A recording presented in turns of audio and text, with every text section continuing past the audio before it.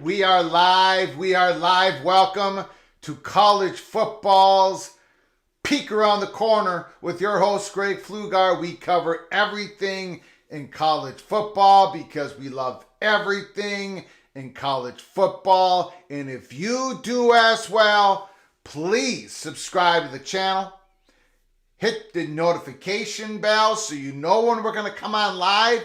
We can come on live at any time during the day. Live show episodes, watch party games, early peak membership episodes.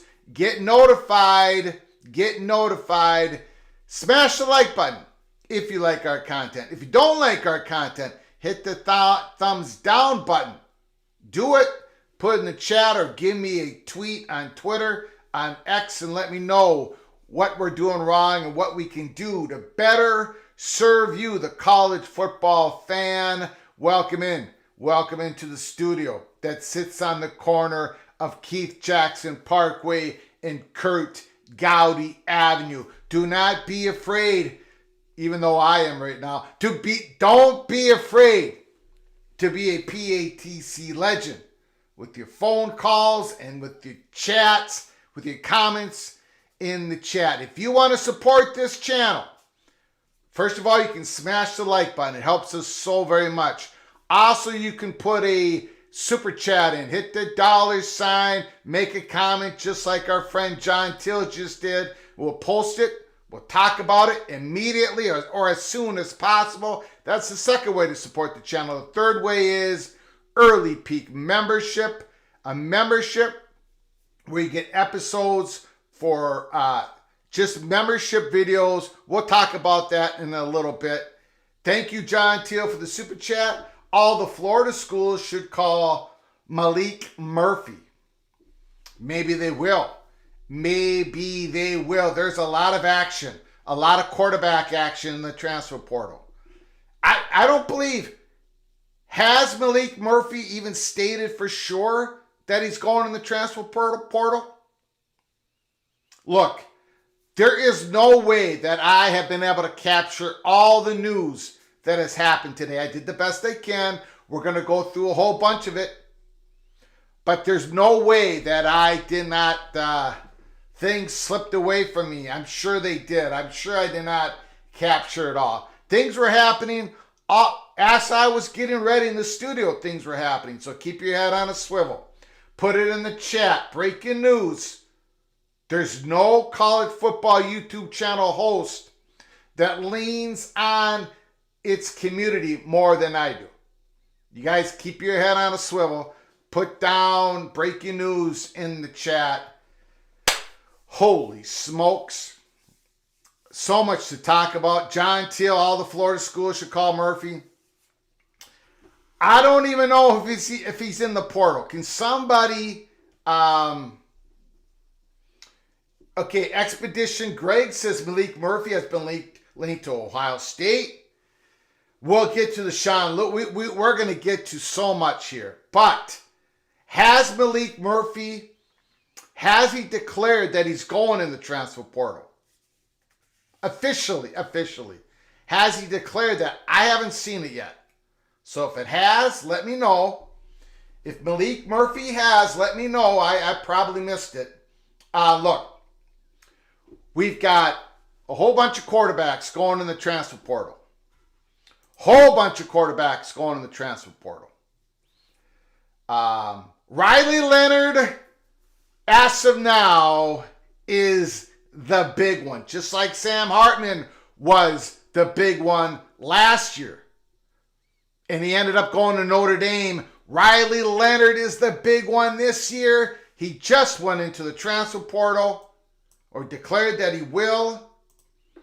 Duke star Riley Leonard has entered the transfer portal. Chris Hummer and I have learned from 247 Sports. And really, we talked about this yesterday on the live show. It looked like Riley Leonard was going to enter the portal, and it was Notre Dame was going to target Riley Leonard. We talked about it yesterday on the live show. Look, you guys know I love Riley Leonard. I love that dude. He can play. He's got athletic ability. He can play on Sundays. He's got a touch. He processes the field beautifully. He's tough. He showed he was tough this year in that Notre Dame game. He's an athlete. At the end of that game, you remember when Notre Dame beat Riley Leonard, Duke, Riley Leonard could not last the game. He was nicked up going into that game. He got re-injured. I believe, on a face mask.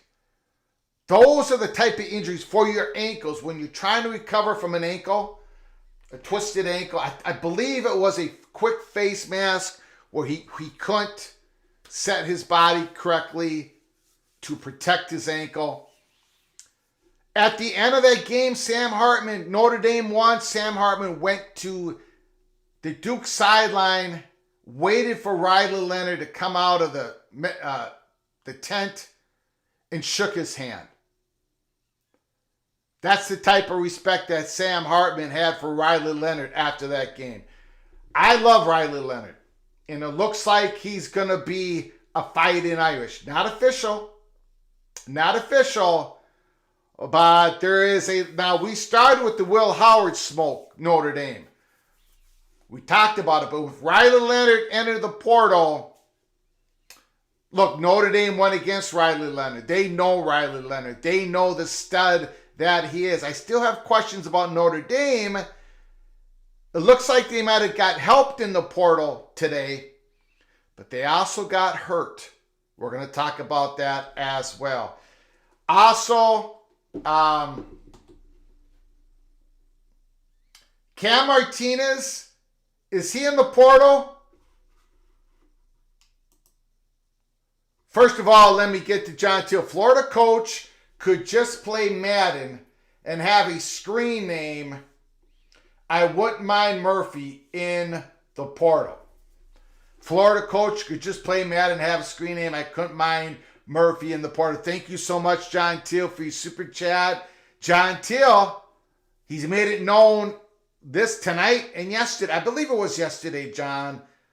You like Malik Murphy, so do I. He's one of those guys who came out of high school, which I fell in love with.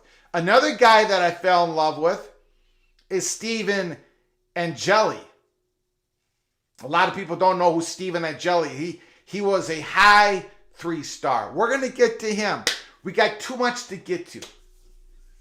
Wait. Steven Angeli is with Notre Dame. I think if Riley Leonard goes to Notre Dame, I'm theorizing Steve Angeli is going to go in the portal. And I've got a few schools that I think he's going to be. New Jersey Catholic kid. We got so much to get to. Son of Sarek. We'll get to your comments. We'll get to your phone calls. Look, I've got about 20 different items that we got to get to. All portal this, portal that, and we got to get to Florida State. What? I mean,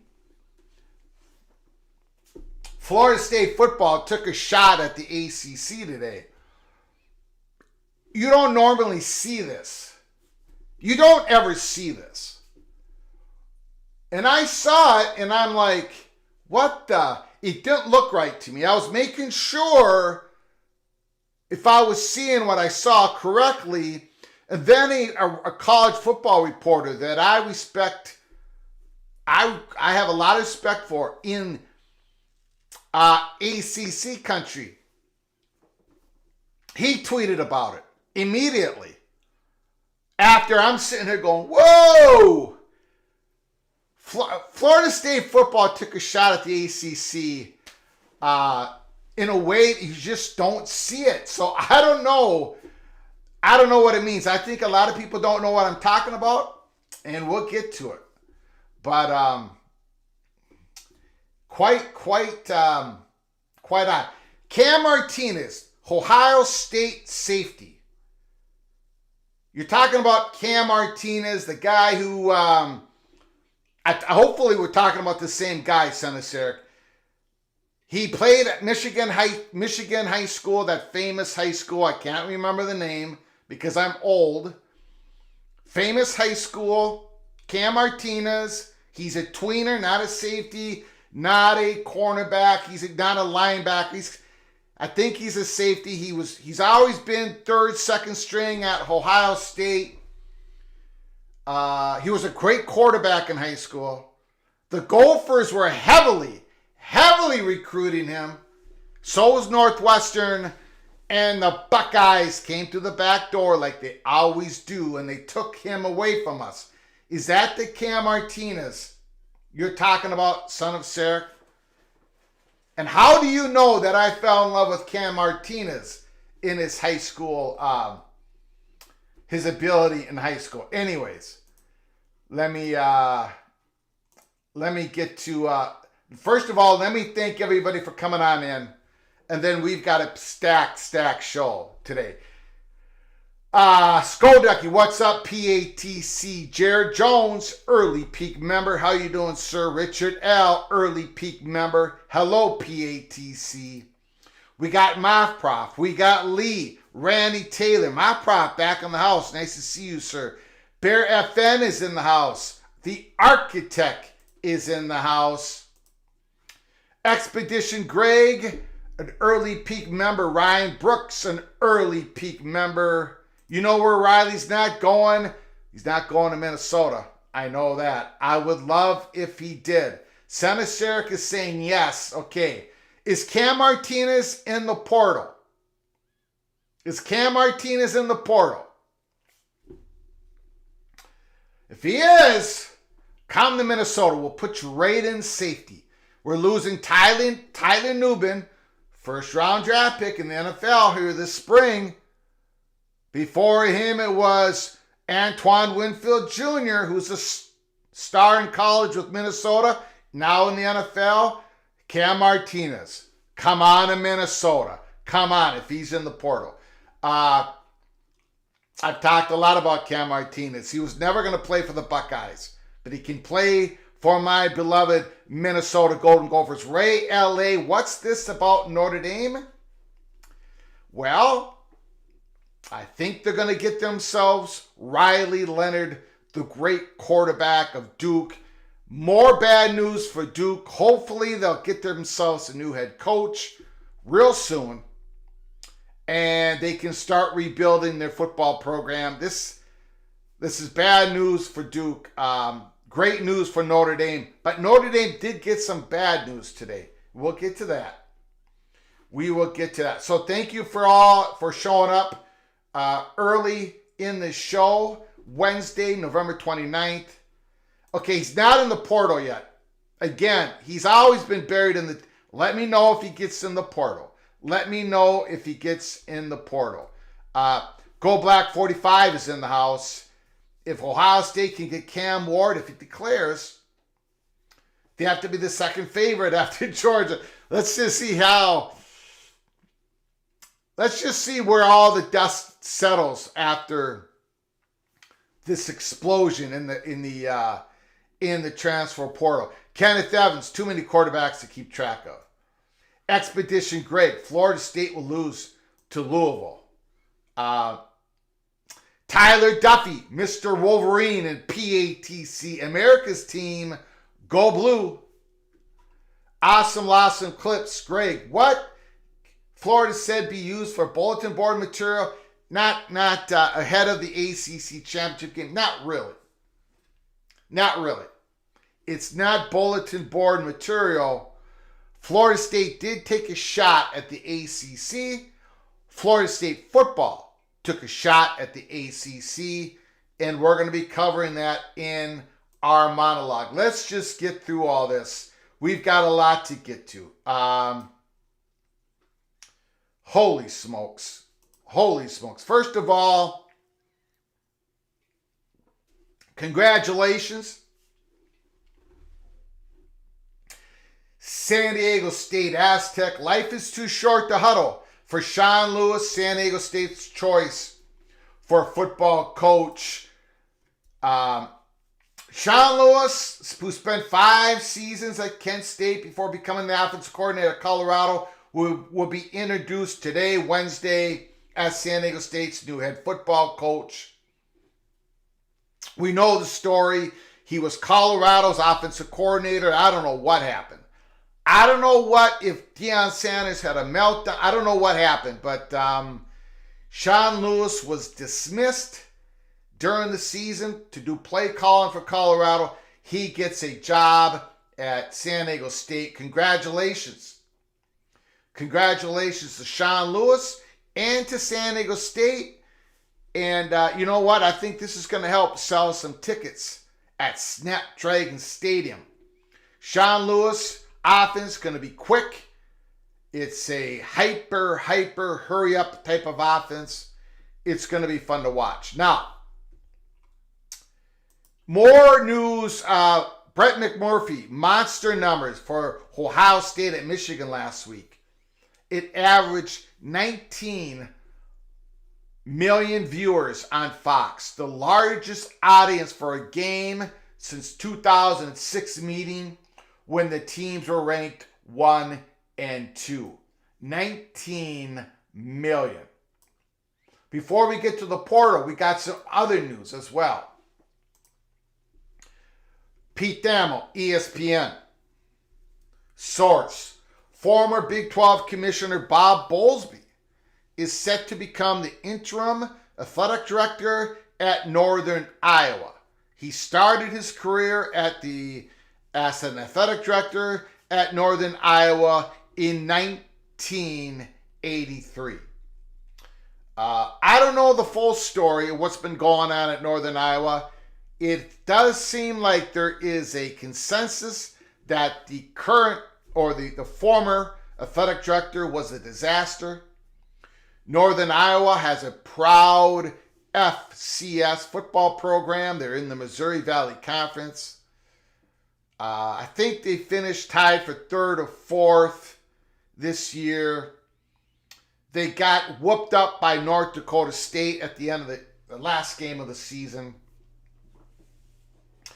They're in a obviously a very competitive Missouri Valley Conference. Northern Iowa, Bob Bowlesby, he's the interim.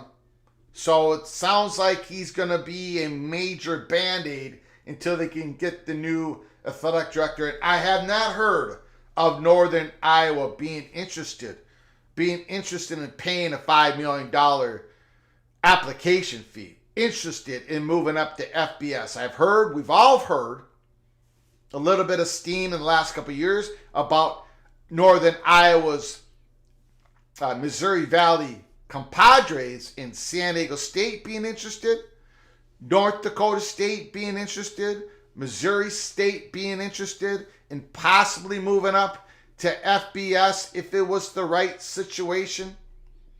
But I haven't heard much of Northern Iowa. But Bob Bowlesby is coming back.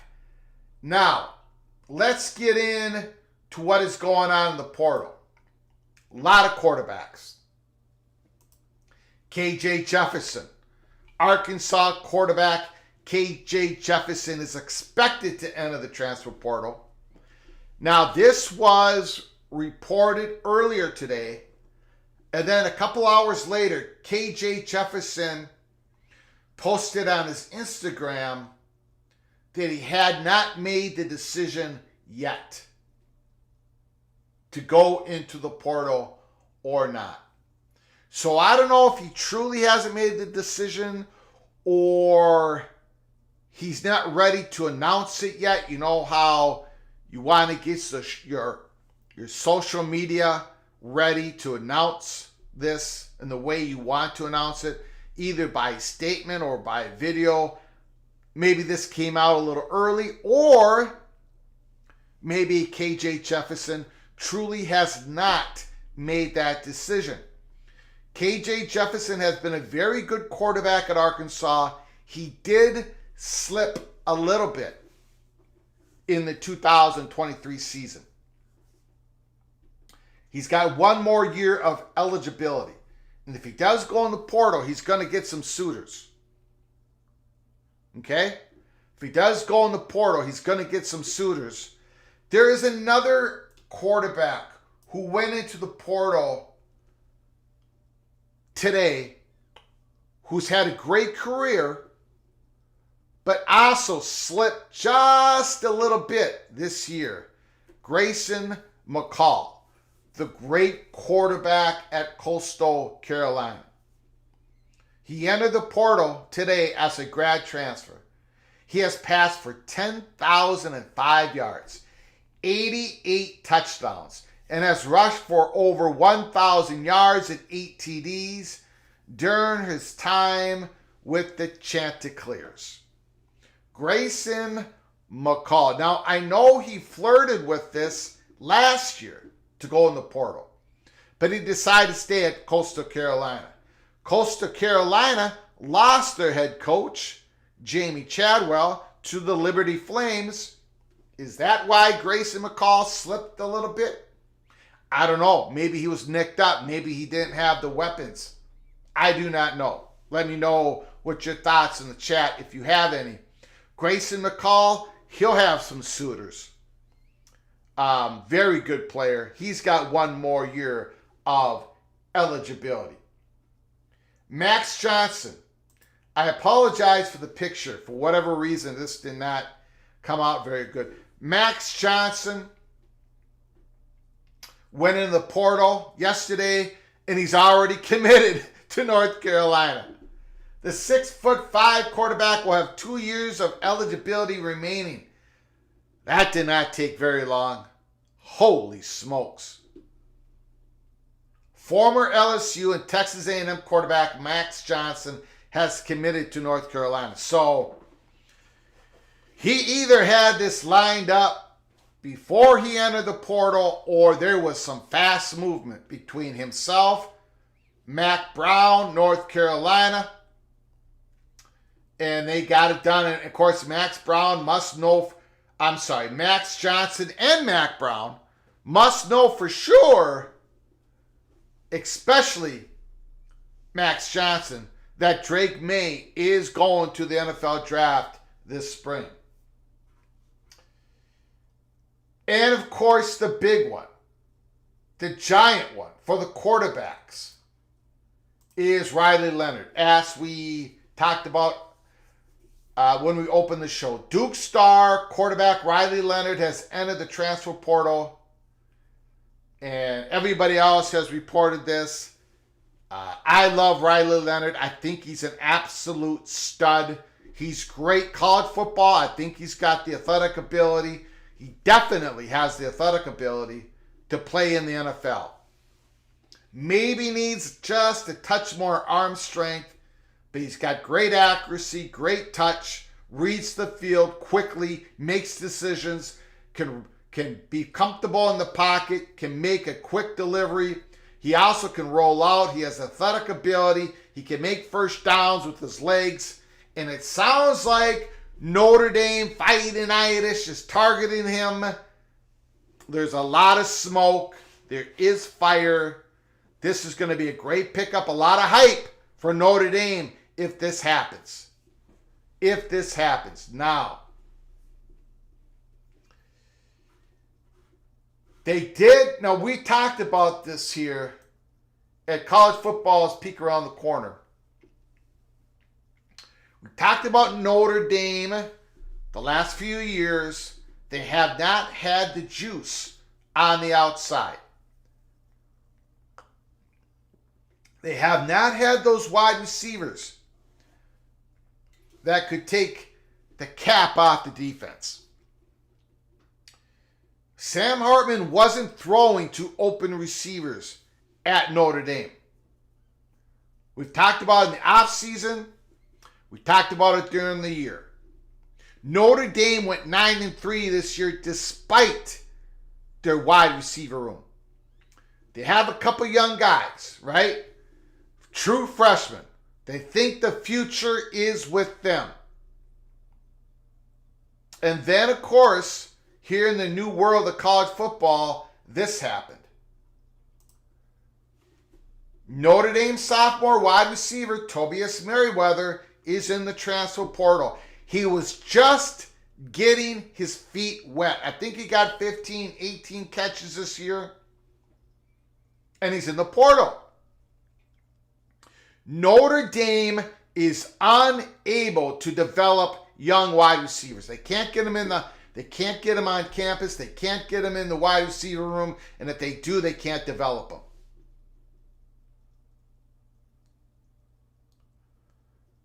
So, I don't know. That hurts. That hurts Notre Dame so very much. Notre Dame, if they get Riley Leonard, they better get themselves a top wide receiver in the transfer portal. It's hard. It's very difficult for Notre Dame to get anybody in the transfer portal to be accepted at their school. Sam Hartman was a grad transfer. I don't know what Riley Leonard is. He's been there at Duke for quite a long time. Maybe he's going to be a grad transfer. But Notre Dame has to get a top-level wide receiver. Now, I want to get to your comments real quick, and then we're going to get to Florida State. Florida State football takes a shot at the ACC. A very odd shot at the ACC. What does it say? Does it say anything at all? Was it somebody being too loosey-goosey? I don't know. But we're going to show you what I mean here in just a little bit.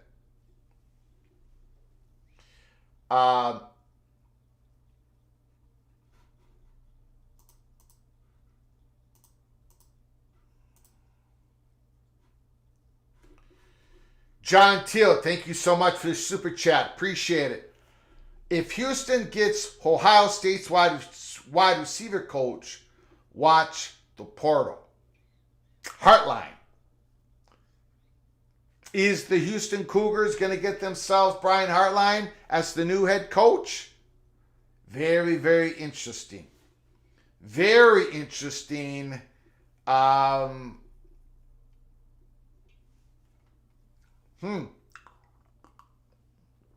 Thank you for your super chat, John. Thank you for your continued generosity to this channel. Thank you so very much. Very interesting. Brian Hartline, could he become the new head coach of the Houston Cougars? If he does, yes, Houston will be in business when it comes to the portal, when it comes to the wide receiver room and the quarterback room. Quarterback coach, wide receiver coach. He's called a few plays. Wide receiver room, Houston. That's a very intriguing possibility, John. That would be very, very interesting if that happened. Again, thank you for the super chat. Appreciate it.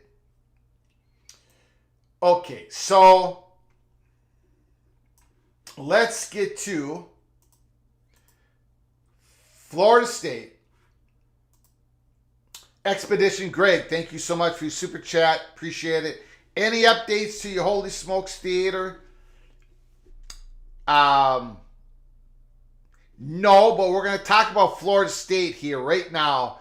The Florida State football program, I don't know how you want to call it, they took a shot at the ACC today in a way that you just don't see this happen. Don't see this happen in the way I'm going to show it to you in a second. Just hang on. Thank you, Expedition Greg, for your super chat. I appreciate it. I don't have an update. Again, first quarter 2024. We've been talking about it since December 26, 2022. I think we're going to see some fireworks. How those fireworks get set off, I'm not quite sure. We have even a more of a date range. We'll talk about it more next week once we get through the conference championship football games. But we do have an update with Florida State. A very odd elbow thrown from Florida State football to the ACC. We're going to get to that right now. Thank you so much for the super chat, for your generosity, Expedition Greg.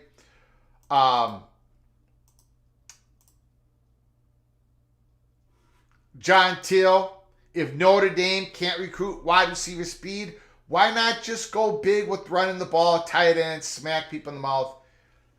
They've done that. Notre Dame's had very good offensive lines, as we all know. They've had very good tight ends, as we all know. Very successful. But you got to be able to get the defense off the line of scrimmage. You got to have them play on their heels. Notre Dame wants to win a national championship. They want to be contender in the college football expanded playoffs. They got Sam Hartman in because they knew they had to develop a passing game. They really have to develop a wide receiver room. And they just lost Tobias Merriweather. I don't know. We're going to be keeping an eye on what Notre Dame does, what Notre Dame Fighting Irish does in the transfer portal when it comes to the wide receiver room.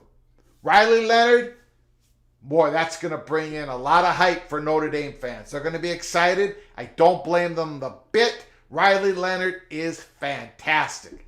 But they need wide receivers. And they need one that's ready to go next year. So they got to grab one in the portal. I don't know how they're going to do it. John Till, thank you so much for your super chat. I appreciate your generosity once again. Also, another way to support this channel. Super chat is the best way, quickest way. We appreciate all the super chats. It helps us keep the lights on. Another way is early peak membership. An early peak membership, $5.99 a month. You get early peak episodes, getting the early information on a lot of things going on in college football. Plus, we talk about things in the early peak that we're not able to get to when it comes to our live shows, when it comes to our watch parties. Early peak members. Early peak membership gets you a membership only early peak episodes. Just hit the join button, become an early peak member. We have already produced about 6 of these videos I was only going to do 1 or 2 a week, but we've had such a great response from people becoming early peak members. It's like I have to. Plus, we're so busy right now in college football. There's a lot of things going on, so I've had no problems with cranking out these early peak episodes. This morning, we gave you the very early peak, early in the morning, about John Oran's and Andrew Michon's sports media podcast, when they talked about the reasons why the meeting negotiations for the expanded playoffs has slowed down. We talked about the potential media companies that are going to be partners. We talked about the whole issue in an early peak episode for members only. So hit the join button, go on our YouTube channel, or get out, come back in. You're going to see a join button. Hit the join button and become an early peak member. Now, we're going to get to this.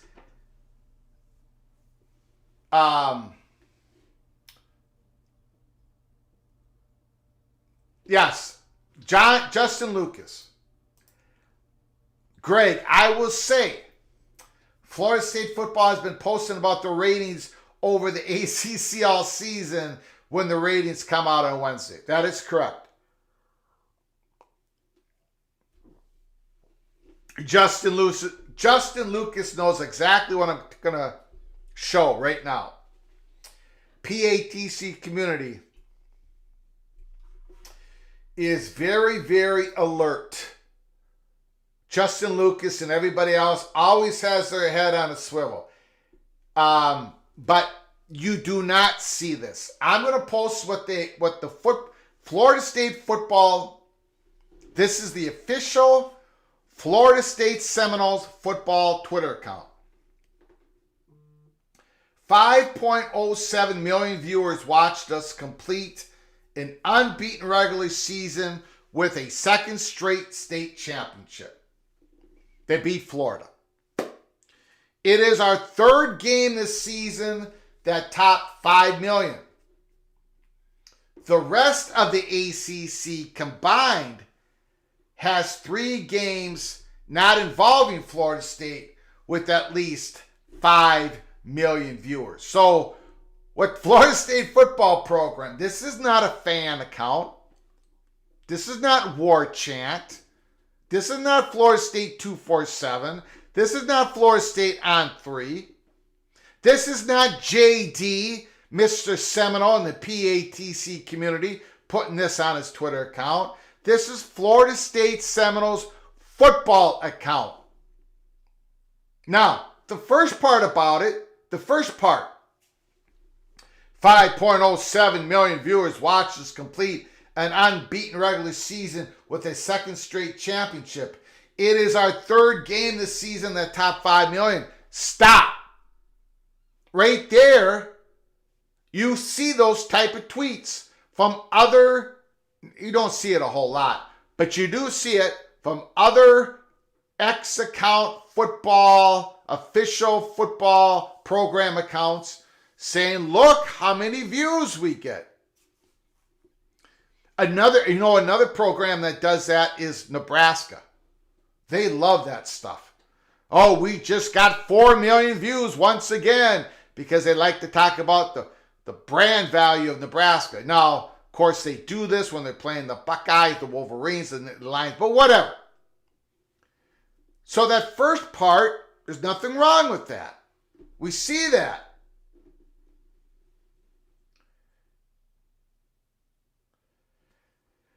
But it's the rest of the ACC combined has 3 games not involving us with at least 5 million viewers.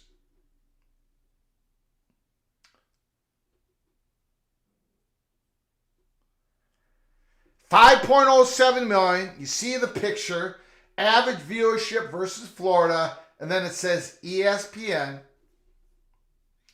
You don't see this. You don't see this. Okay, let me say, okay. Richard L., they're not wrong though. They're not. But you don't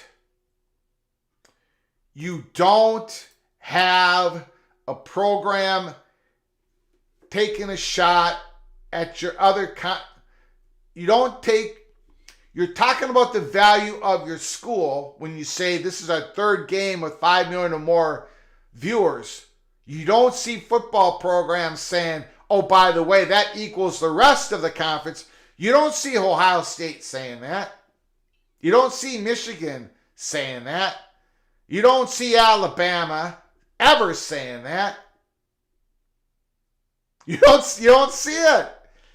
If you can come up with an example, forward it to me on my Twitter account, my X account at Flug Empire. You don't see it. You don't see this. Now, some of you are going, well, Greg, you're so your cheese has slipped off your cracker a long time ago. Okay, maybe you're right. Maybe so. I'm looking at this right away when this popped up. I'm thinking, man, football programs, when they run these accounts, they're not saying, oh, we're so much more valuable than everybody. These type of tweets don't happen. Now I'm thinking that, right? And I'm thinking to myself, should I say something? Am I gonna subtweet this? What am I gonna do with this? Or am I overreacting? Right? I'm sitting back going, am I overreacting on this? I've never seen this before. We know we've listened to Florida State Board of Trustees. We've listened to Peter Collins. We've have our Florida State Money Perch saying that they're going to declare something in the first quarter 2024. We know that Florida State has talked about they did some revenue sharing, but they didn't really do the revenue sharing that Florida State and Clemson wanted when it come to viewership, getting more money for viewership. This is a shot and elbow to the ACC. But am I the only one thinking this? Am I the only one overreacting? So bam, here's Brian Murphy. Immediately, as I'm sitting here, I see Brian Murphy's a great football reporter in the state of Carolina, big ACC. He says Florida State taking shots at its own conference. He took the words right out of my mouth. I was saying to myself, Florida State took a shot at the ACC in a way that you just don't see it. And I don't know if I even tweeted it. I might have tweeted it. I might have said the same thing, Brian Murphy, because I was thinking to myself, Florida State just took a shot. I might not have. But that's the title of our episode tonight. Brian Murphy, Florida State taking shots at its own conference. Why did he tweet that? Because you don't see this. You don't. You do not see this.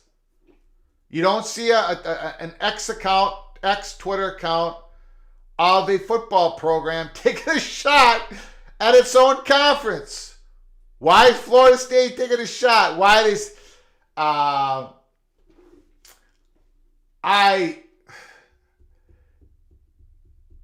think it's for I'm just going to say it. I think it's for internal political consumption in Tallahassee. And I think this is what Clemson is going through right now as well.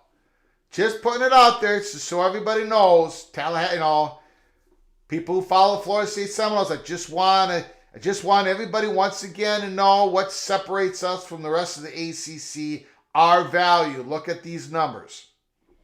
You do not see that anywhere else. If you do, show it to me. I found that right away when I saw that. I said, whoa! And then Brian Murphy puts out that tweet. His reaction was the same. And we're not the only two that had reactions to that on that tweet. So I thought I'd bring that up. Justin Lucas, Graham Neff. Someone did forward me something on this. I also gave an interview last Friday saying the ACC is finalizing the Success Initiative and will be ready by January, February. Said Clemson looks forward to participating in it. I did have an episode. I don't think I have it. The Clemson Wire. We went through an article on the Clemson Wire. We put it out on Early Peak episode. I think it was Early Peak episode 1 or Early Peak episode 2. Talking about Clemson and what you just said in that tweet, in that post. We shall see. We shall see. Breaking news. A.J. Smith enters the transfer portal. The two predicted leaders are Ohio State and Oregon.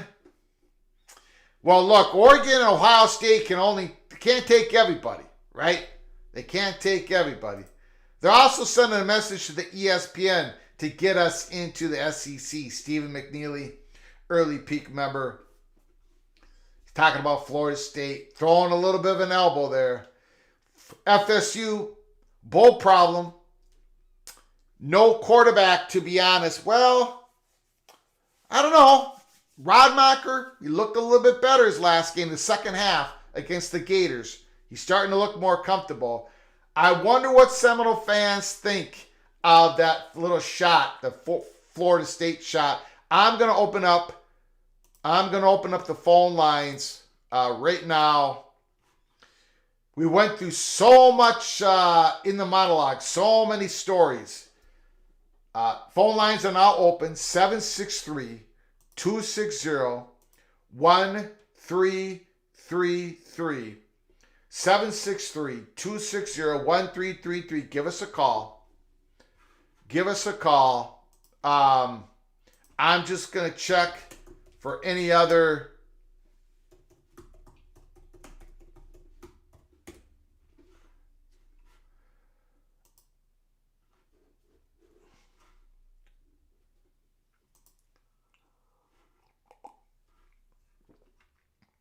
Just giving a check for any other stories here. Breaking news.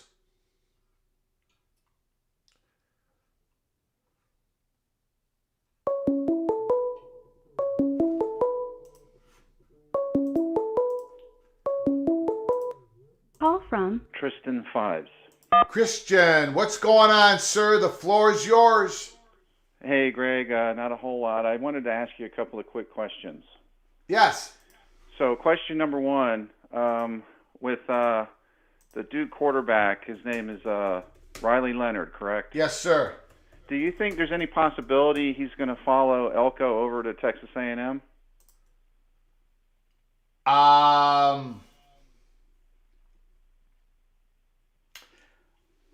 I guess it would be a possibility, but I think, man, I don't think you'd want to, Elko's going to have to redo a lot of stuff at Texas A&M, right? I mean, I think you'd want to go to a spot that has a coach who's already been there, who's established himself for a couple of years. I think it's more predictable on what you're going to get at Notre Dame. Now, Notre Dame is bringing back their offensive coordinator, Gerald Parker, who a lot of Notre Dame fans are having trouble with right now. I suppose there's a possibility, but man, there's a lot of smoke of Riley Leonard going to South Bend. Okay, yeah, I guess that makes sense. And then the other question is, I think it was about 6 weeks ago when the Big Ten announced their schedule for 2024. Yeah. I remember you did a show on it. Has the SEC announced their schedule? They released some games. It was a couple days ago during a live show. It was breaking right in our live show. They did announce a handful of big-time games, what day those games are going to be played at. For Okay. example, we know that Texas and Texas A&M is going to be played on November 30th on a Saturday. We know that game is not on a Friday, Black Friday, or Thanksgiving. Mississippi State is going to continue to be on Thanksgiving. They had about 3 Alabama games listed in this release, but they haven't released most of the games yet that I know of. So I was wondering if the ACC has also not released their schedule. I'm wondering if that represents some kind of smoke, the fact that those two conferences have not finalized their schedule. Maybe there's going to be some movement that's going to be happening soon. I like how you think, but I don't think that's the case in this point. The ACC did announce right away when they released the model of what their college football schedule was going to look like. They did say that their completed schedule for 2024 would not come out until January. That's what they said. Now I don't know if they'll release it earlier than January, but that's what they said at the time. I don't think so. I don't think there's nothing that would happen that would affect 2024. Okay. I think the reason I was thinking that is that if they're waiting this long, I mean, it seems as though everyone should have been able to put their schedule together by now. And if there's two conferences that haven't announced their schedule, beginning to end, top to bottom, I was thinking to myself, I wonder if this means that they're both expecting some kind of movement for one of those schools from one into the other. But that might just be, jumping to the wrong conclusion, but that's the thought that I had. So. Yeah, I don't think it's possible. I think that, I believe that possibility basically was shut down when nobody declared anything before August 15th this summer of 2023, when Florida State did not declare anything. No, I think the earliest we're looking at, I don't even believe it would happen in 2025. I think the earliest it would happen is 2026. Okay, but that would probably be the advent of like a new 16-team playoff starting that year. Yeah, that very well could be. Okay, well, thanks a lot, Greg. I enjoy the show. Keep up the good work. You got it. Thank you. Great phone call. Appreciate it. All right, talk to you later. Bye-bye. You got it.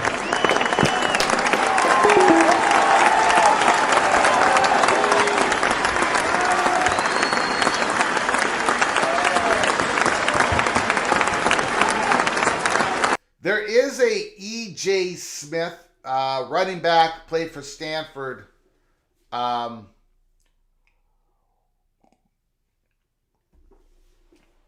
But he's not a star, or he's not I don't think he was Stanford's running RB1.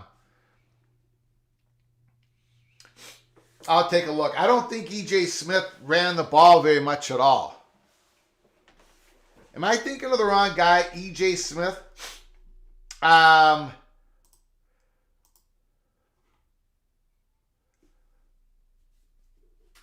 I don't think E.J. Smith is Emmett Jr. Okay, I'm going to take a look at his stats. I didn't think he did much this year. Hold on.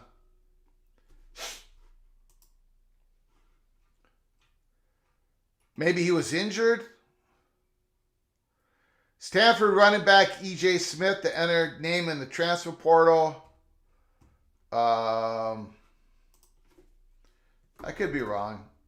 I just didn't think he was much of a player.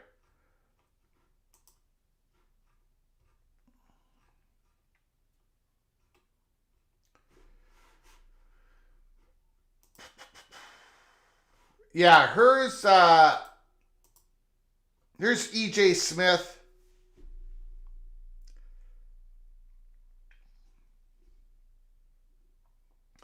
He would have 2 years of eligibility remaining because the 2021 count, 2022 could be his red shirt year. He had 216 yards, 4.1 yards per carry. Yeah, I'm not sure where he would transfer to. Maybe he would take a step down. I'm not sure. I didn't think he was a star player or anything. I did not remember him doing much. But then again, I don't see all the Stanford football games. That's for sure.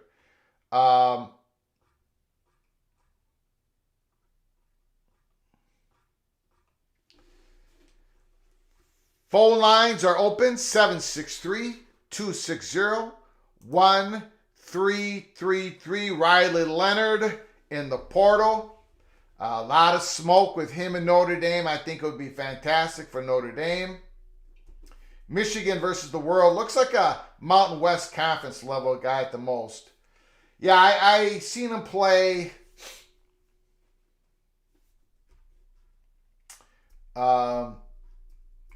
Might be going to Florida. Probably not. Hey, Greg, what do you mean by an announcement in 2024? I'll get to that in a second.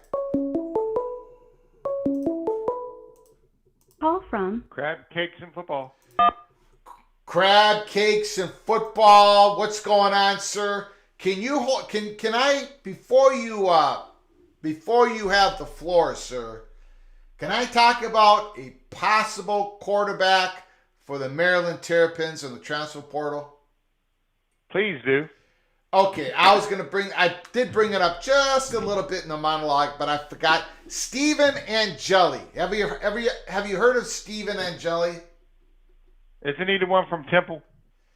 No, although... No, okay, I have no idea who he is. Although that Okay, might be another possibility. Stephen Angeli has been the backup quarterback for Notre Dame. He was on the roster last year when they went through the Tyler Buckner, Drew Pine. Angeli was a true freshman. This year he's a freshman. He came out of the state of New Jersey. High 3-star. I love this tape. The kid's got moxie, okay? The guy's a dog. He is a player. He was recruited heavily, offered by Maryland. He was recruited heavily, offered by Rutgers. He was recruited, offered by Iowa and Northwestern. Now, he got a lot of offers, but I'm talking about the schools that really went after him. Catholic kid, New Jersey. I've got a feeling that if Riley Leonard goes to Notre Dame, and Notre Dame has a guy named C.J. Carr, big time recruit. He's their future, but he's a true freshman next year. I gotta think that Stephen Angeli's gonna say, okay, there's nothing left for me here. If he goes in the portal, I'm looking at Maryland, I'm looking at Rutgers, I'm looking at Iowa. I'm just gonna bring that name up to you right now. Keep an eye on that one.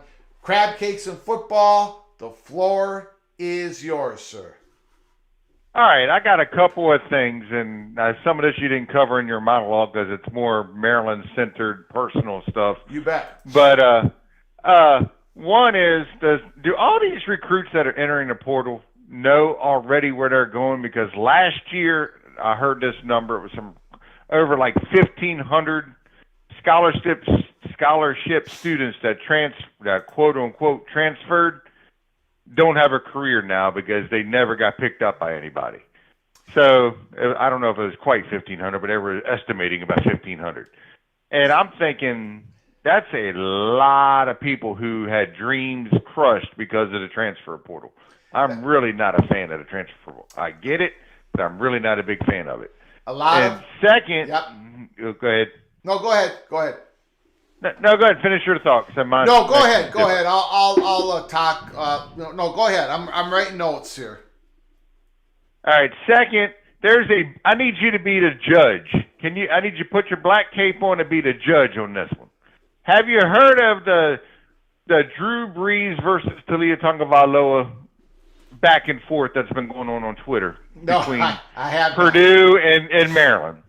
Well, Talia just broke the record. Yes. Well, everybody's bringing up Drew Brees had 3 or 4 college bowl games that were never included in his stats. Okay, Yeah. fair enough. And we're firing back that we had a 2020 season where we only played 5 games. We didn't get a full 9 in plus the 3 out of conference games. And we're only 500 shy, if you go by his bowl numbers included, of beating Drew Brees' numbers. So they've been firing shots on their Twitter, and we've been firing shots back on their Twitter, all in jest and fun. They're really defending Drew Brees, and we're really defending Talia Tagovailoa. But I just thought that was a very interesting back and forth that's going on because, A, I'm glad that the passion's there, and B, I'm glad that, people actually care about records this day and age because everybody's transferring. You never know what record's ever going to break anymore. And third, I was wondering about Riley Leonard and going with Elko, but after hearing what your response was, I think you might be right. He might be going to Notre Dame. Yeah. So, but that's basically the 3 things that I had. I mean, there's other things I could mention, but first of all, there's a lot of student athletes going in the transfer portal that is basically giving up their scholarship, and they're not going to get one coming out of there. It's a tough. It's tough. It's tough to see. That is true, and I don't know how we're going to correct it. The second thing about Maryland's quarterback, Purdue quarterback, I'll be King Solomon here, okay? Okay. The Maryland quarterback, who I cannot pronounce the name, Talia Tagovailoa. That worked. He gets the record. He gets the record for the most yards. But on the other hand, Drew Brees did it in an era that was more clutch and grab type of situation, where it was just a different sport, harder to do. So Drew Brees, the better quarterback, Tagovailoa gets the record. He gets the record for most yards passed. It's like when people try to compare Michael Jordan's statistics versus statistics of NBA players of today. NBA, when Michael Jordan played it, the three-point shot wasn't proliferated, right? They didn't even have the three-point line at the beginning of his career. But whatever, it doesn't matter. They had the clutch and grab. You could grab at the perimeter. You could put an elbow on a guy. It's a completely different game. So why even compare the stats? You only really can compare a guy in your the value of an athlete in the era that he was playing, right? So that's how I look at it. That's fair. Yeah, I can live with that. That's fair. Yeah. So, all right, Greg. I just wanted to give you a call and see what you had to say because I'm really worried about these kids transferring and just thinking that they're worth all this money, which 90% of them or more are not worth the money. And then the ones that are worth the money are giving up their NFL career most likely because if they get injured or something or if they make a wrong mistake and go to the wrong system, now their stock drops. And they can always go and say, well, look what would have been compared to what it is, but you can only go what you did for me lately kind of thing. So, okay, remember the name. Remember the name, Stephen Angeli. If he goes in the portal, remember the name Angeli. Okay? I'll do my best. That's a hard one to remember, but I'll try to remember it. All right, sir. Thank you for the call. Appreciate it. Have a good one.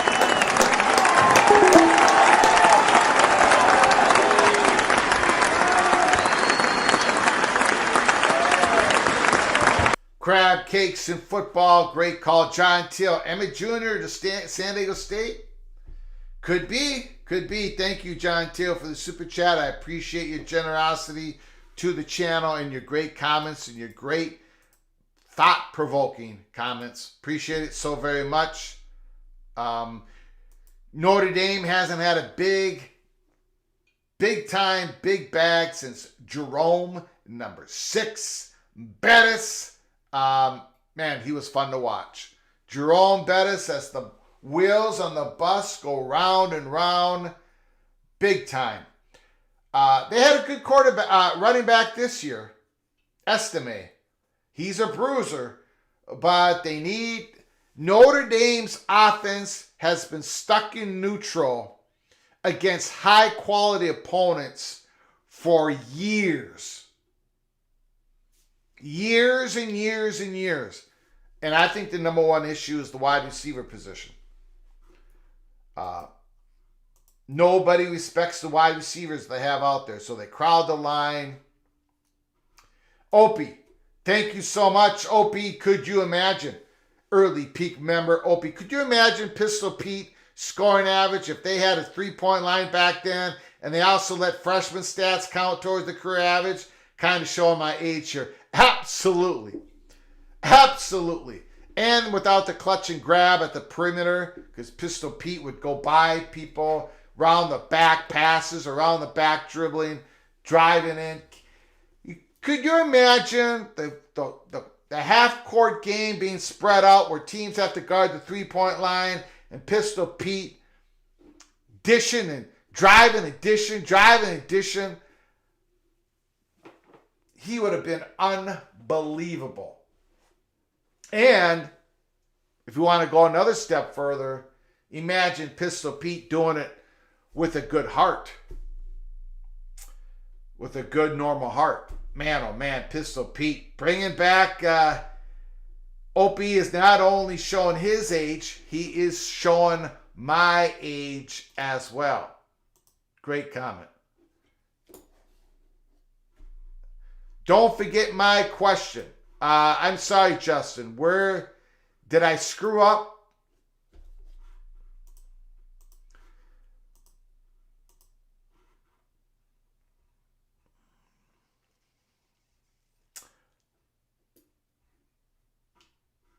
Okay. Hey, Greg. Oh, yeah. I was getting to that. Hey, Greg, what do you mean by announcement in 2024? They can't announce a new conference affiliation till the Gore is figured out.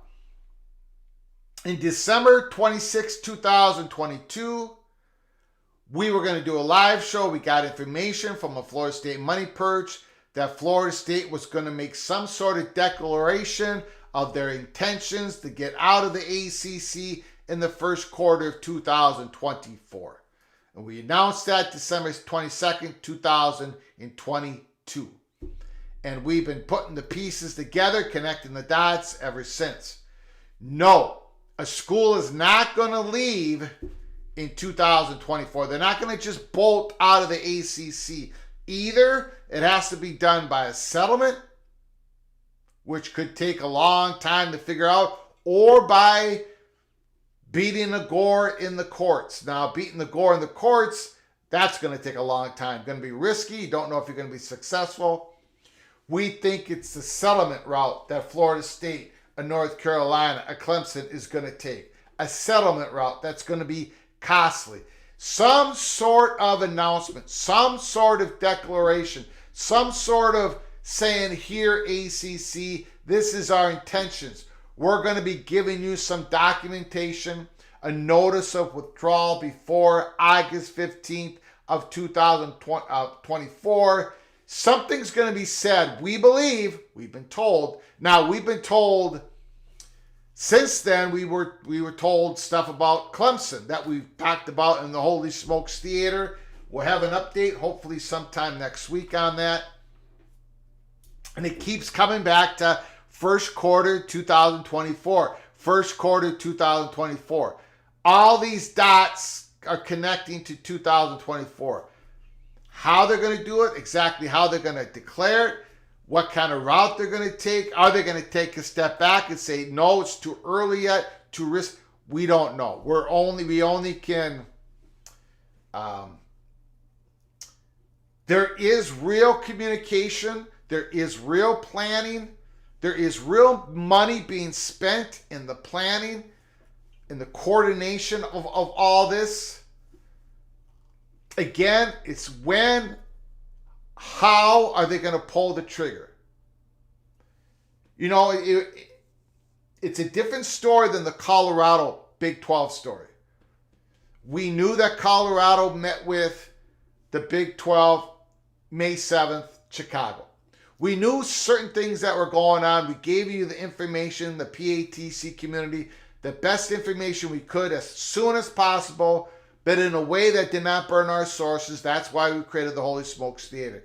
We talked about the hot bubble of action in between April 28th and May 17th. We knew there was a meeting May 7th or May 6th. It turned out to be May 7th on a Sunday, not on a Saturday, because a major player in those meetings, daughter was graduating from a certain college in the Big Ten, even though it had nothing to do with the Big Ten. Having said all that, same type of chatter's going on with this first quarter 2024. Some sort of declaration, but we don't have the fine details of it. We continue to poke and prod on it. There's a lot of Clemson fire, smoke, that's matching the Florida State fire and smoke. In the first quarter 2024 is the common thread among all this dots of information. First quarter 2024 coming from here. First quarter of 2024 coming from there. Nobody's leaving the ACC in the first quarter of 2024. I don't think so. I'd be shocked. My jaw would hit the floor. You know, that Magnificent Seven, the seven ACC schools that were meeting in private and secret, cloak and dagger, cloak and dagger, cloak and dagger. Cloak and dagger style. We didn't know that those 7 schools were meeting. And I don't believe anybody else did until Ross Dellinger broke it in the morning of the ACC meetings. And then Brett McMurphy, he broke who the 7 schools were. So maybe there's some miracle shot. Maybe something happens in 2024 we're not even expecting. I hope that Call from Dale Donuts. Dale Donuts, the floor is yours. How you doing, sir? Oh, I'm good. Long time no talk, sir. Yeah, I haven't heard from you. I'm glad you called. I've been kind of busy. Work has got me doing 50 plus this last couple months, so it's I hear you. It's been tough. I haven't really missed much on the Huskers, so you know. Well, that's it's interesting times. Now they got to get themselves a quarterback. At least somebody to come in and compete against Purdy, right? Well, yeah. To tell you the truth, I don't know how any of this is going to play out. Yeah. I'm really getting concerned for some of these kids and what you guys were kind of talking about earlier. Yeah. Are there any kind of analytics that these kids are speaking to? Any pros out there? Any real guys that can say, hey, it's better for you to get your education, finish here, and play here versus go here and possibly get money for NIL and not go NFL? I mean, is there anyone telling them any kind on the risks of any of this happening? I think these schools do bring in former NFL players to talk to these guys, like before the season starts, about all that stuff, finances, and you should really stay in school until you get a decent NFL grade, because the NFL gives these guys information. Right. But some of it's not working. If we have all these kids going in the transfer portal and not landing anywhere, and then they're not able to finish school, there's a disconnect somewhere that has to be made. They have to address it. it may need to be a third-party independent person, not related to any of the schools, to say, hey, we're here for you. Yeah. I don't know. It just seems like something's missing. There's a disconnect and it's broken. Yeah, you make a good point. There's just too many young guys throwing away their scholarship right now. It's kind of heartbreaking. Right. Yeah, that's what I mean. And I think that I think they keep trying to put the cart before the horse on too many of them, and they're saying the grass is greener on the other side of the hill, just enter the transfer portal, and reality is that's not always going to be the case. I mean, is it going to be better for them if they stay? I mean, I keep watching some of these, these kids, and I wonder about a good quarterback coming into Nebraska. Okay, say you get that, say that does happen, but what does that ultimately mean? Is it good for the program that he does that, or is it better to build from within and just get a decent recruit? At some point, we're going to have to go back to basics, and not just Nebraska, but a lot of other schools, and say, hey, look, this transfer portal thing, it's fine, it's dandy, but do we really want to get players that are just butthurt about not playing as a freshman from a SEC school? I mean, at some point, it's going to have to be reined in, these kids, and someone needs to talk to them. Yeah, a couple points. One is Jeff Beaver in the chat makes a great comment. Keep in mind that a number of the players who enter the portal are encouraged to do so by their current coaching staff to make room for transfers into the program. That's also very true. Jeff Beaver makes a great comment. Another point, so it's very complicated. Another point, I think in the next couple of years, we're going to be talking about collectives, NIL collectives, feeling like they're getting burned on this. They're not expecting any ROI. They're not expecting any return of investment, right? On these. Well, yeah, I wonder how long that's going to go before their money dries up. Yeah, because an example of it is Nebraska bringing in Jeff Sims. That's where a lot of the Nebraska NIL collective money went to in the last transfer portal, was to Jeff Sims, and he came in and it did not work out. So now, people get kind of burned, like, wow, that didn't work. Now we got to be more selective, maybe a little bit less money going into the pot. We're going to have that all over the place as well, because for every hit, there's at least a couple misses in the portal. I agree. And I think some of the problems that we're going to run into are, you're going to have a lot of these kids that were, promised all this money, and they may not even play. Their NIL thing, may not be any good if they're not playing. I mean, you're going to have a coach that's going to say, hey, this kid, even though he's getting a lot of NIL money, that doesn't mean I'm going to play. Yeah, that's true. I mean, there's still something called the depth chart that has to come into play at some point. And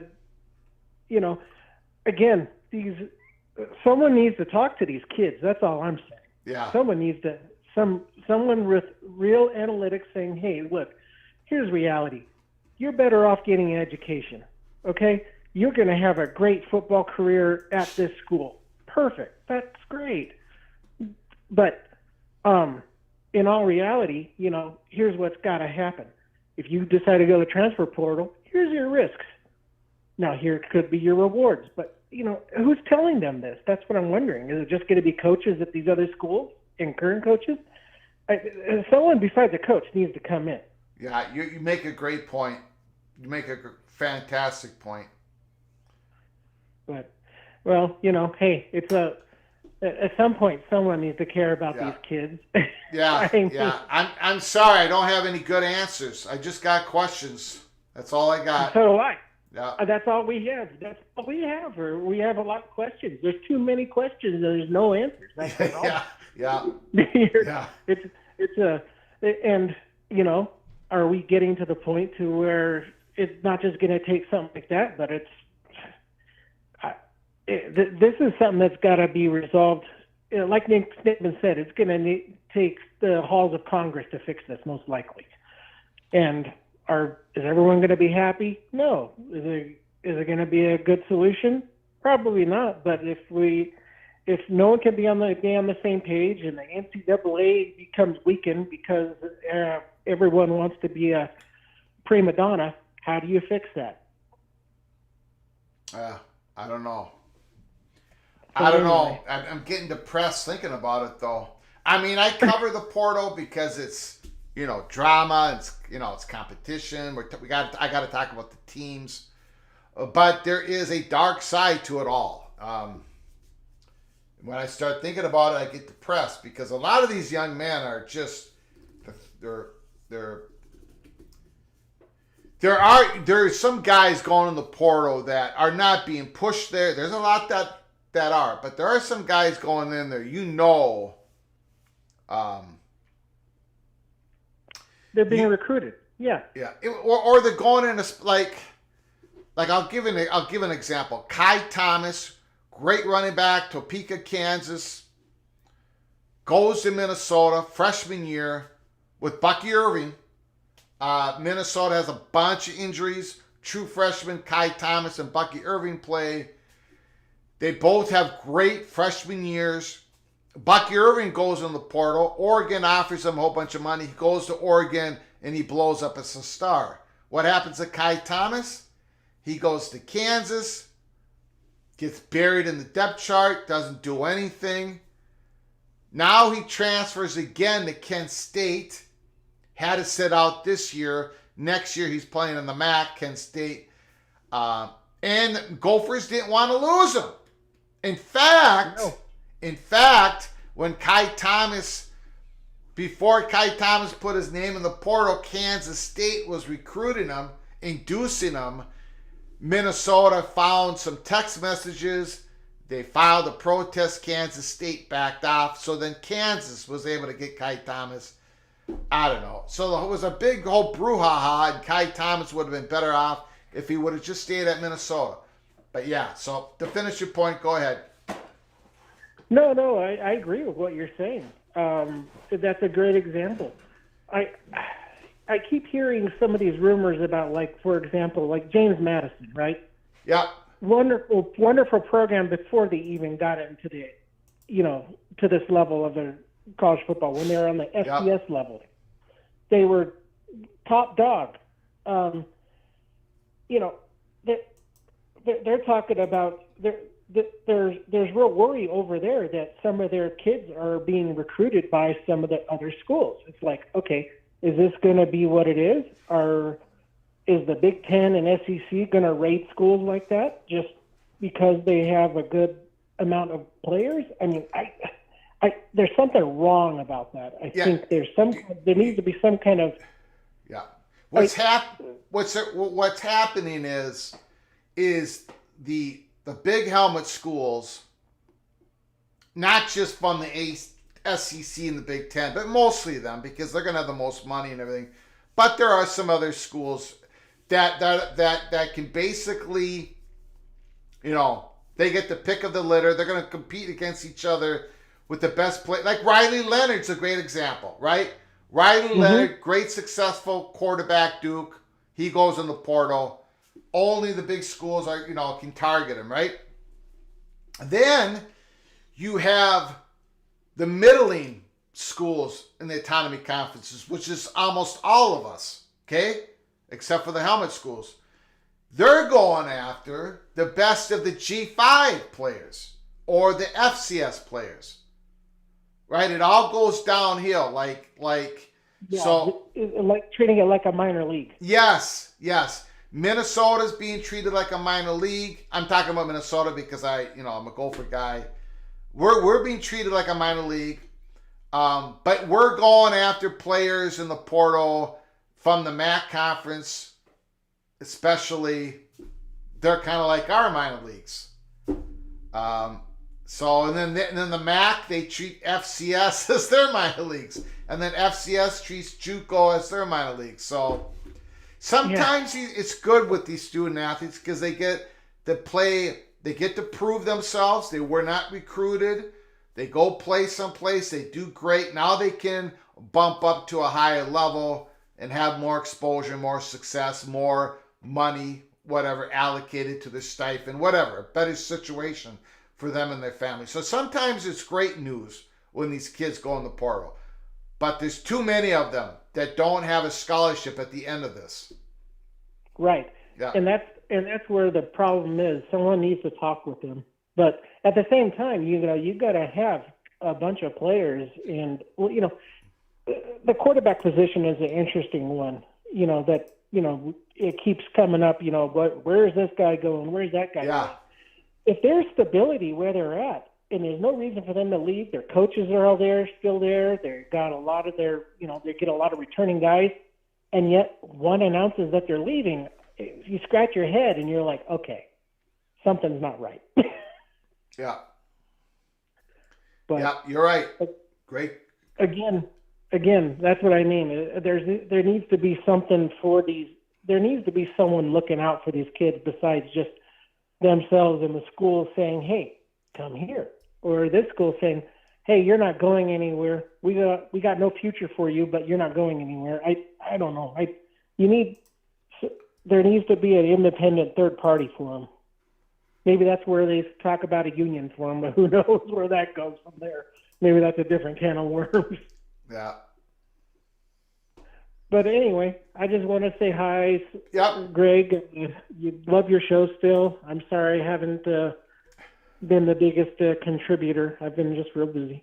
No problem. No problem, Mr. Cornhusker. No problem at all. I'm glad you called. Please call again when you have some time, sir. Yeah. Hey, if we get time, we'll meet up at a game. You got it. You got it. We're not playing against each other next year, though.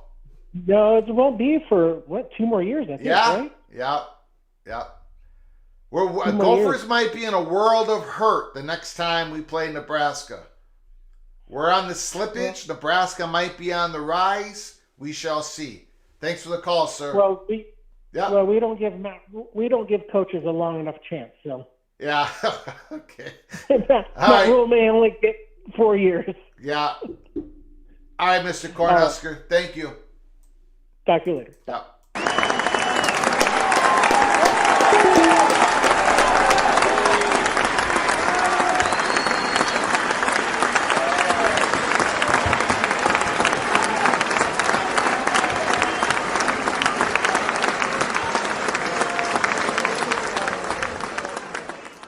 Mr. Cornhusker, great call.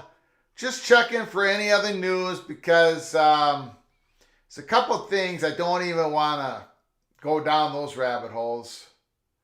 A lot of rumors.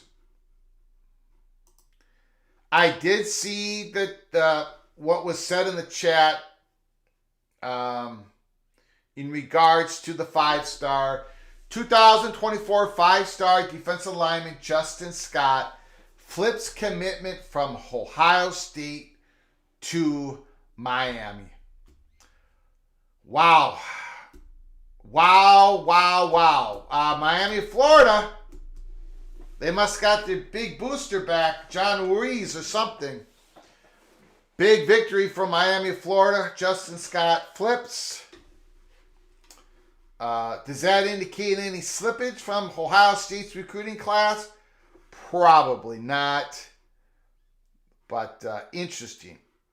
Very interesting. I saw that in the chat.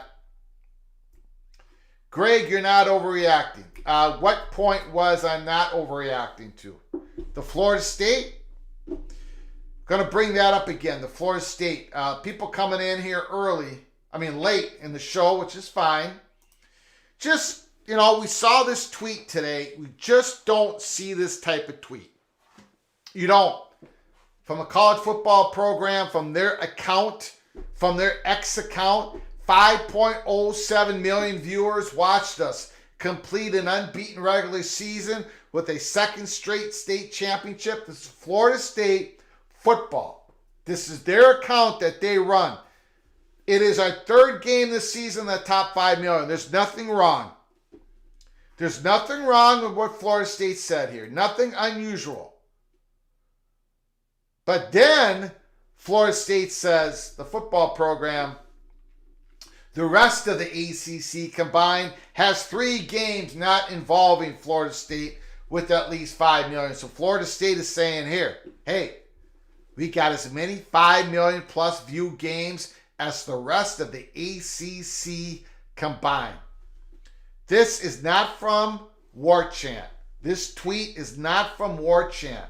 This tweet is not from Florida State 247. It's not from Florida State on 3. It's not from Mr. PATC Seminole JD. It's not from any Florida State fan, booster, alumni, faculty, former football player. It's from Florida State's football own X account.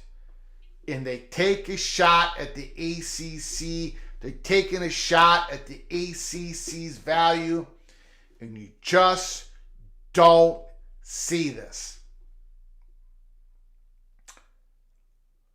Ohio State doesn't send these tweets out. Alabama doesn't send these tweets out. Michigan doesn't send these tweets out. Georgia doesn't send these tweets out. Florida State sent this tweet out. Now, you might say, Greg, you're overreacting. You've eaten too much popcorn, too much butter on that popcorn in the Holy Smokes Theater. Well, the problem is when I read this tweet, I'm like, holy smokes, that's unusual. That is unusual. Florida State just took a shot at the ACC. And then this popped up later on. Brian Murphy, reporter, WRAL, does a great job. I've done a number of his articles. I've done a number of his deep dive articles on this show. Brian Murphy uses FOIA. He's done a great job with North Carolina, with Clemson, even though that's South Carolina. Brian Murphy is an excellent reporter. He's got his finger on the pulse. He's got his ear to the ground. And he puts out this tweet. Florida State taking shots at its own conference. He tweeted what I was thinking.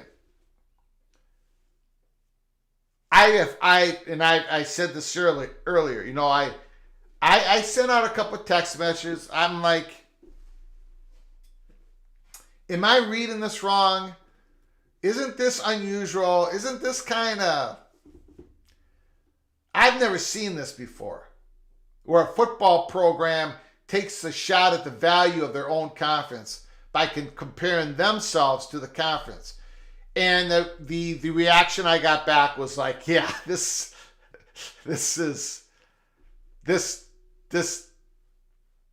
you don't see this.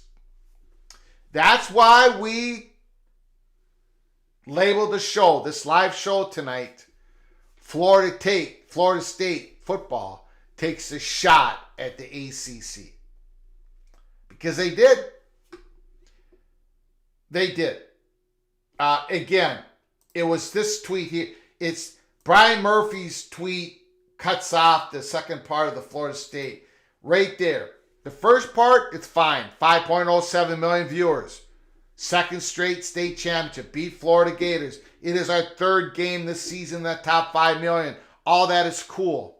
But then it says the rest of the ACC combined has 3 games not involving Florida State with at least 5 million views.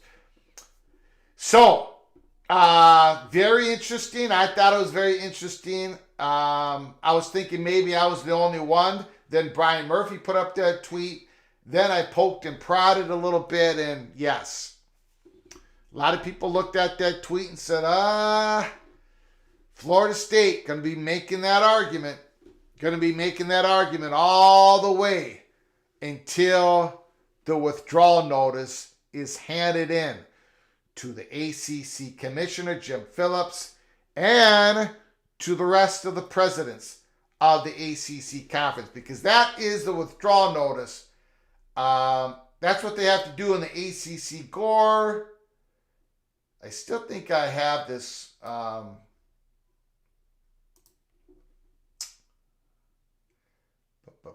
To withdraw from the conference, a member must file an official notice of withdrawal with each of the members and the commissioner on or before August 15th. So, what we believe is going to happen in the first quarter of 2024, it's not necessarily about the withdrawal notice. It might be, but I don't know if it is. We'll keep poking and prodding. It might be a declaration of intention to hand in the withdrawal notice. But anyways, we shall see. We're going to keep an eye on it. We're going to have a Holy Smokes Theater update by hopefully probably sometime next week, if something doesn't pop before then. Chad Bracey, looks like Florida State is mad that the whole conference redistribution of funds didn't really work out. Well, what Florida State wanted was part of that redistribution, unequal revenue sharing. They wanted part of that to be about viewership.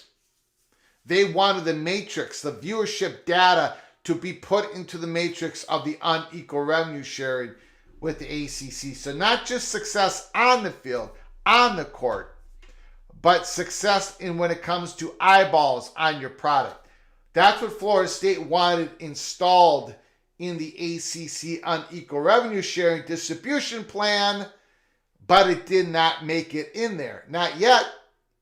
Not yet. And Florida State with this tweet kind of reminding everybody, Rod Nix, what is wrong with telling the truth? The exit strategy is beginning to take shape. Nothing wrong with telling the truth, but I've never seen this before.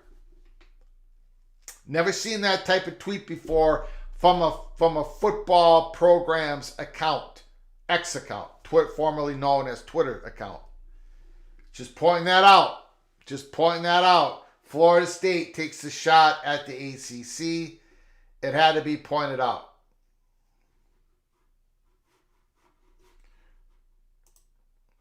Again, if you're new to the channel, if you're new to college football's peek around the corner, please subscribe. If you like our content, please smash the like button. Please subscribe to this channel.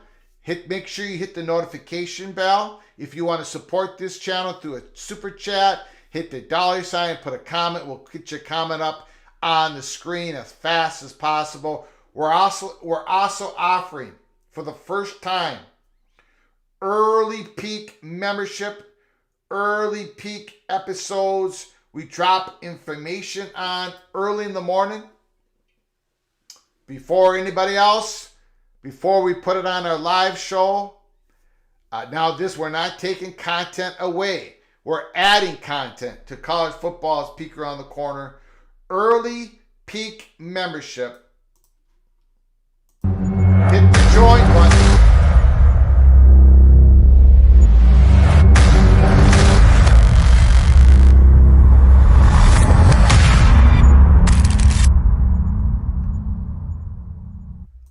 Hit the join button if you want to become an early peak member, $5.99 a month.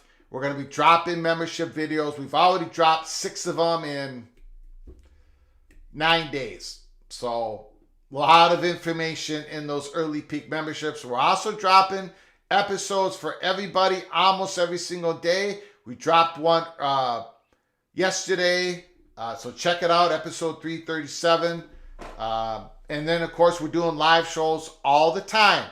So make sure if you subscribe to our channel, if you like our channel, if you like the extra college football content that we deliver, please subscribe to the channel. Hit the notification bell. Make sure you get yourself universally notified because we don't know the next time we're going to pop on. If Riley Leonard makes it official that he's a Fighting Irish at 9 o'clock tonight, we may pop on live.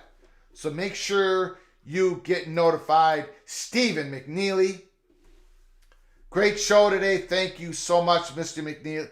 Mr. Stephen McNeely, appreciate it. And I love that avatar. That's the Cloak and Dagger, college football's Cloak and Dagger mug. We did a lot of Cloak and Dagger talk during the summer with Colorado, and we're going to be doing the same here in ACC country. So buckle up, brace for impact. Once the college football season is over, January 9th, don't go anywhere. Stick close, stay tuned, buckle up, brace for impact with college football's peek around the corner. The chatter is heavy. Can I tell you the exact date, the time, how, where, the location, who's going to be in front of the microphone when it all happens? No, I don't have those answers. But we're going to give you the best information anybody can give you in a college football YouTube channel by far. We proved it in the Colorado Big 12. We proved it with Washington and Oregon. We proved it with USC when we broke that news. So stick with us here at Peek Around the Corner. A lot of chatter. Where it all scatters or where it all shatters, we do not know, but we got an eye on it. And the Holy Smokes Theater, where we give you the information in the way that we can do it without burning sources, we're going to be doing an update hopefully next week, unless something pops earlier than that.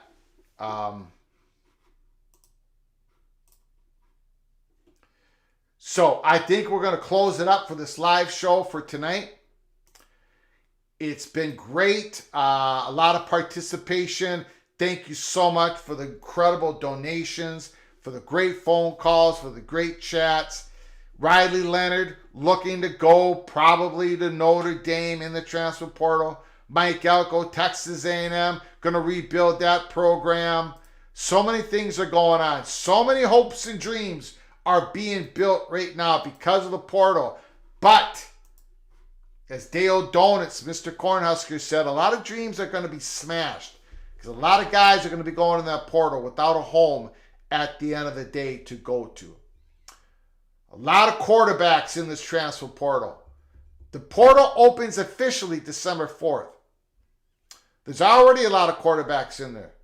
Grayson McCall, KJ Jefferson, Riley Leonard, Max Johnson, but he just committed to North Carolina. The list goes on and on and on. And that list includes the Greek Rifle, Ethan Kaliakmanis. Others are going to be going in there. So buckle up. Quarterback position, transfer portal. New offensive coordinators are going to be everywhere. And then we're going into the expanded college football playoffs in 2024. The off season is going to be wild. So stick with us here at Peek Around the Corner. Thank you so much. Until next time, from all of us at PATC to all of you, please you all take great care of each other. Thank you so much.